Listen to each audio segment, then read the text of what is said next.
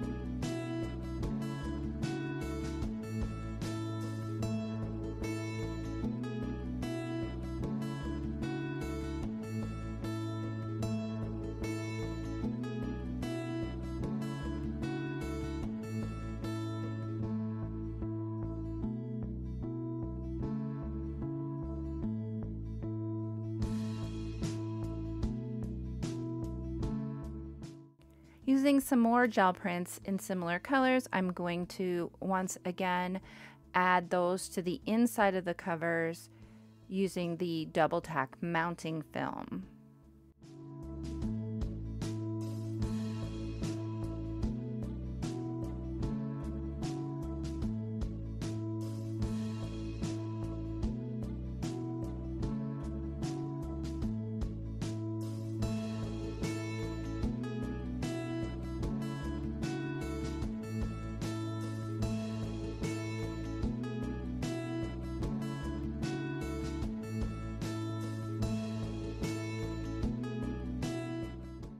I've pulled out the Dura-Lar matte film because I really love the matte feature. You can still see through it, it's translucent, but it gives you a wonderful opportunity for seeing additional layers that are below.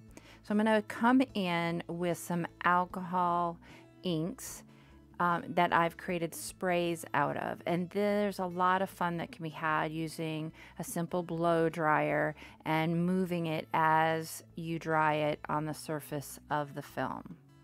So as you see here, I've come in with two different colors, added them to the surface, dried it, and then coming back in with an additional color. And I'm going to keep creating these layers using my blow dryer and the alcohol sprays until I get something that is pleasing to my eye.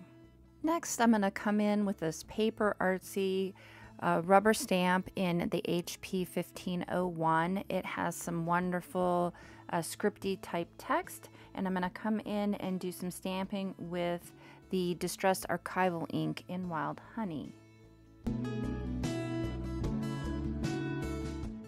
For the inside of this journal, I've selected some mixed media paper, which I've cut down to size. I'm now just getting that folded in half and then put into signatures so I can get that eventually added to the inside of the journal. I've selected some of the film that I like the most that I want to show on the front of this cover. Got it cut down, creating a hinge to adhere it to the front cover. And then I've decided that I want more of the background showing through. So I am going to trim some of that matte film down so that can happen. Once that's trimmed, I'm just going to use some of that double tack mounting film, a matte film, to be adhered to the front nice and securely. I have cut down some mixed media paper for the signatures in the book, and now I am going to start to get those sewn into a piece of fabric that will be the spine, and then get that adhered to the front and back cover using some Fabri-Tac glue.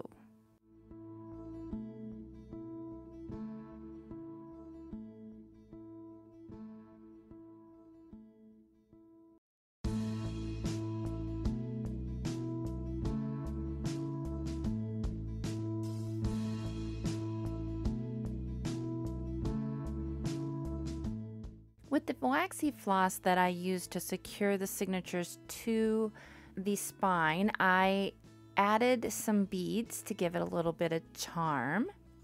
I hope you have enjoyed the making of this little art journal using the Dura-Lar matte film, chipboard, and double tack mounting film.